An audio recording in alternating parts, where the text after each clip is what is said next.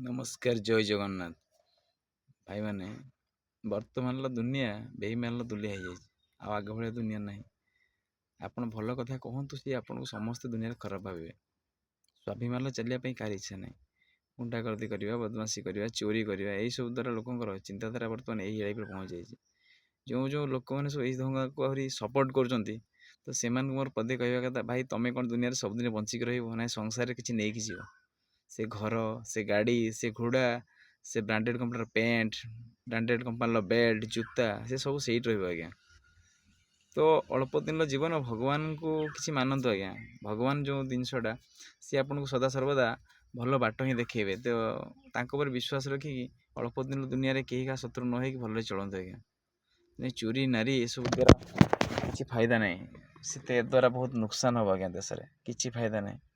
ଥରେ ଦେଖିକି ଚିନ୍ତା କରନ୍ତୁ ଭାଇମାନେ। ମୁଁ ଭୁଲ କହିଲି କି? ଜୟ ଜଗନ୍ନାଥ, ଜୟ ଜଗନ୍ନାଥ, ଜୟ ଜଗନ୍ନାଥ।